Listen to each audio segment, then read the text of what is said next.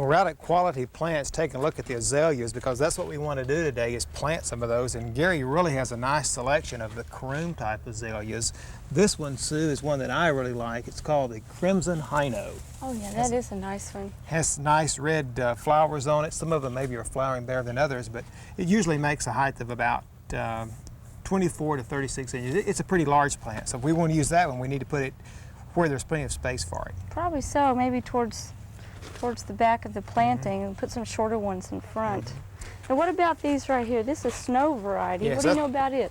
Snow variety is another one. I think another one that likes some space. Of course, it's not quite as tall as the Crimson Hino, but yet it's one that you may want to put back in the shade because it's more susceptible to some of the blight problems and also some of the scorching of the flower. But also it shows up more in a shady area than the whites or the pinks do. And that white has a nice fresh appearance.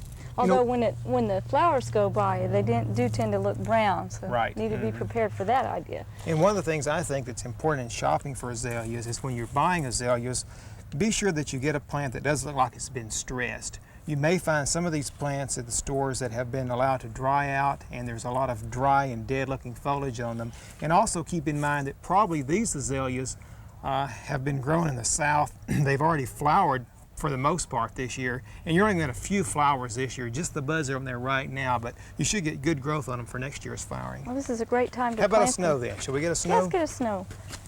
Oh, these are really nice. What's this variety here? Coral Bell. Oh, that's a good one. Coral Bell. That's a nice, good one. And that one must be a little bit later flowering. It's got pretty well got all of its flowers still on it now, whereas the Crimson Hino and the Snow are beginning to lose a lot of their flowers now. This one's probably a little bit earlier. Maybe we should put this one up towards the front of our planting. It doesn't get quite as tall either, does it? No, it doesn't. Not as tall, at least as the Crimson Hino. That'd be good. Well, I noticed Gary has these on the north side. If you're thinking about planting azaleas, the north or an east exposure would probably be best. So, I think we've got some good selections here. Good. Coral Bell, Snow, Crimson Hino. Let's go back and plant them. Sounds like a good idea. Well, I think we've made some really good choices of azalea varieties to plant here in our garden. We've selected a spot that's under some loblolly pines, so they have light shade, and we've prepared the site by building it up with a mixture of composted bark and a little bit of peat moss mixed in. Now with azaleas, they need good drainage, they need shade, and they need adequate moisture. And this tells us that in Oklahoma, if you're going to grow them successfully, you need a place that is somewhat protected from drying winds. And you can grow azaleas anywhere in Oklahoma, but the further you get from an area that's conducive to their growth, like around Muskogee, the further away from you get from there, the more babying they will need. For example, if you live in Enid or Oklahoma City or Guthrie or here in Stillwater, you're going to have to take extra precautions, give them supplemental irrigation, maybe even some kind of a mist system to keep them moist. Remember, we visited a gardener last spring who irrigated his azaleas and rhododendrons every day or every other day in the summertime with overhead irrigation because they must have a humid environment. But by all means, make sure that you raise up the bed. They are cousins to blueberries, and we've talked a lot about blueberries here on Oklahoma Gardening, the fact that they need good drainage, but also need plenty of organic matter for moisture holding. Also, a lot of people tend to over-fertilize their azaleas. The key to having good azaleas is having the right soil pH and also making sure that you have an adequate amount of moisture and organic matter. A lot of people concern themselves with fertilizing them quite heavily, and you can end up burning the foliage if you're not careful because their roots are very sensitive to salts. Now I'm planting these, taking them out of the containers, and I'm roughing up that root ball. These are rather pot bound, and so I'm just taking a pocket knife and scoring down the sides. That doesn't hurt them. It acts as a pruning device on these plants and induces them to sprout more roots and to grow out into the hole where we're planting.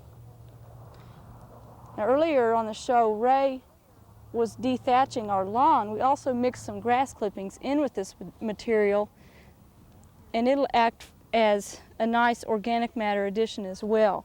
Now, if you're starting from scratch on growing azaleas and you don't have a source on your land or in your backyard of organic matter, you can go to a garden center and get some sphagnum peat moss. And there are a lot of kinds of peat that can be sold, but what you want is sphagnum peat moss. Usually it comes from Canada. It's very, very spongy. It's in a light brown color. Don't buy the kind of peat that is black and powdery. It won't work well for you. But sphagnum peat moss is great for azaleas. If you're starting from scratch and just have a heavy clay soil, what I suggest you do is loosen up that soil and then on top of it build a garden that's a combination of sphagnum peat moss and ground up pine bark. Pine bark mulch is very readily available at a lot of garden centers and hardware stores now. Mix those two together, maybe mix a little soil with it or some compost, and that will build you a good basic bed. Also, before you get started unpotting your azaleas and planting them, make sure that you wet your peat moss down ahead of time.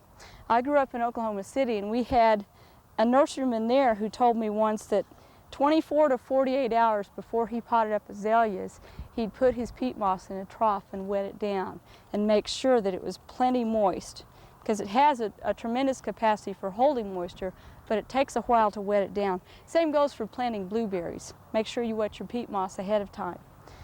Well, there are a lot of places in Oklahoma that have beautiful azaleas, but probably the prettiest is in Muskogee. And I urge you this spring, if you get a chance, to take a trip over to Muskogee to visit the Honor Heights Park Azalea Gardens. Usually they're in peak form the first 2 weeks of April. Our spring's been a little bit different this year, so check with the Muskogee Chamber of Commerce. They can give you the specific dates on catching the azaleas in full bloom.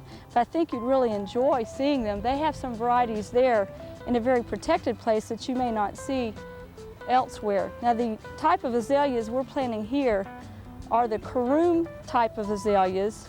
They're the most winter hardy, and they're the type that we recommend for Oklahoma.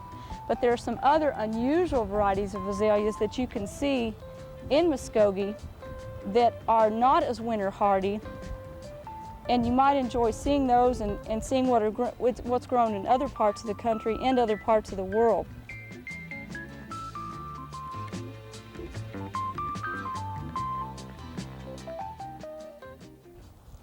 We've just about got our bed finished here.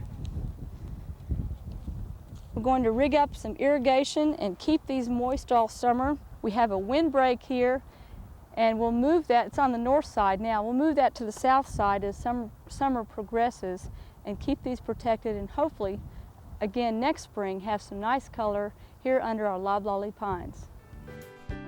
We hope you've enjoyed this classic from the Oklahoma Gardening Vault.